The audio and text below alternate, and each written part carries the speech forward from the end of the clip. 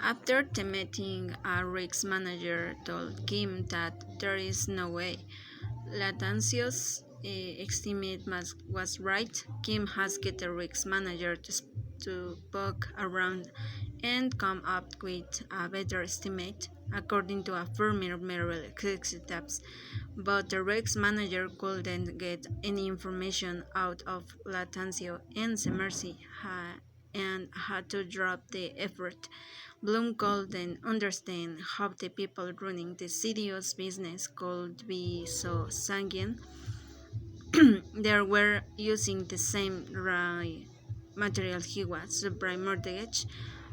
By early 2007, the faults were the highest they had been in 6 years. When subprime one had collapsed, HSBC, the big British bank, said in February that its bad debt charge would be 20% higher than previously anticipated, thanks to its deteriorating subprime business, and yet Merrill's mortgage desk continued to charge out serious and post profits. In the first quarter of 2007, the firm underwrote 26 serious, of which 19 were made up primarily of subprime mortgage firms. Franklin was taking $50 million in quarterly write-downs, and management at Merrill was all over Bloom about its deteriorating financials, yet somehow the serious business remained untouched. How could this be?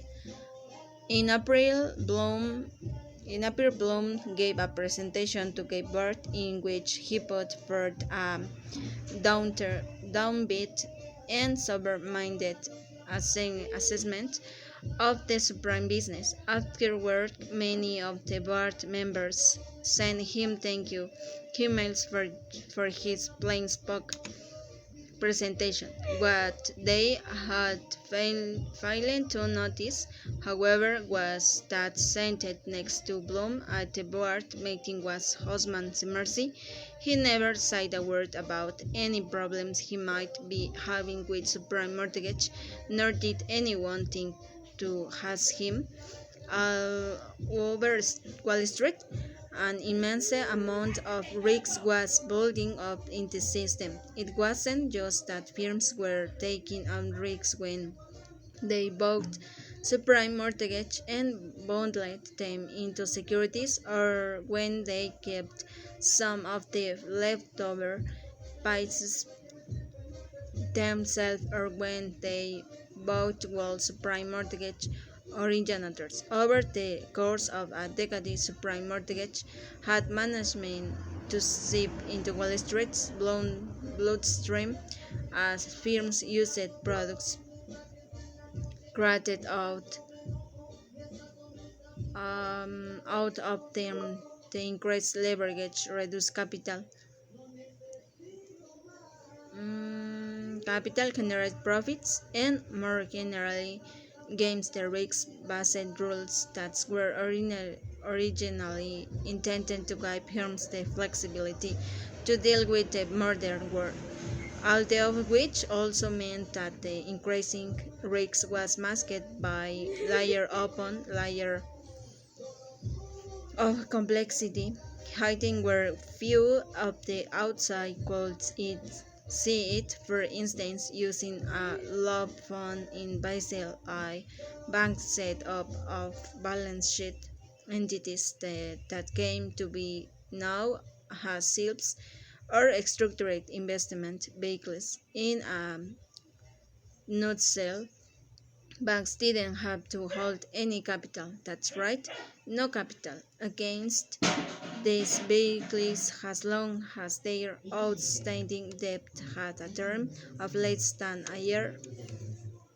That's part of we current Shaw Petru, the managing partner at Federal Financial Analytics says nothing about this crossing was in fact unforeseen, it was just unaddressed. By the summer of 2007, there were 29 ships with outstanding debt totally, of which nearly belonged to Citigroup parent ships because ships were looking for yield just like every other buyer of AAA securities. Many of them began to buy more and more mortgage-backed securities.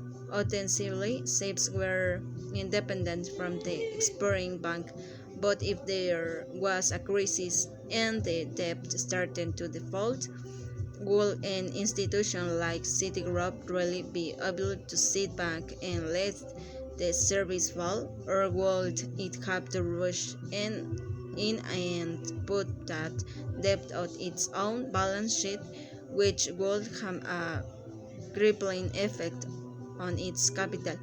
Another source of hidden risks was in the plumbing of the market, plumbing that was utterly taken for granted.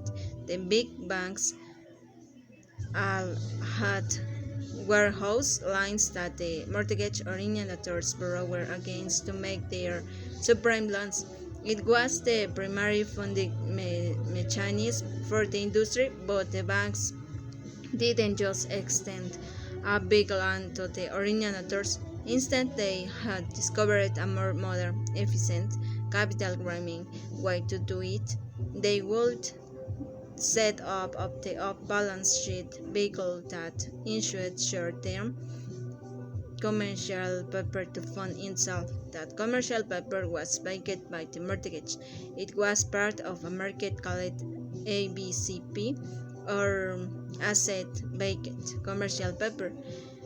According to Fitch, by the spring of 2007, this market was shockingly big, $1.4 trillion in size. The commercial paper got a top rating from the rating agencies, making it possible for money market funds to buy it. However, in order to obtain that all-important top rating, the spurring bank or another bank invariably had to provide to same kit of warranty in the event that the vehicle found itself unable to replace the commercial paper when it came to it.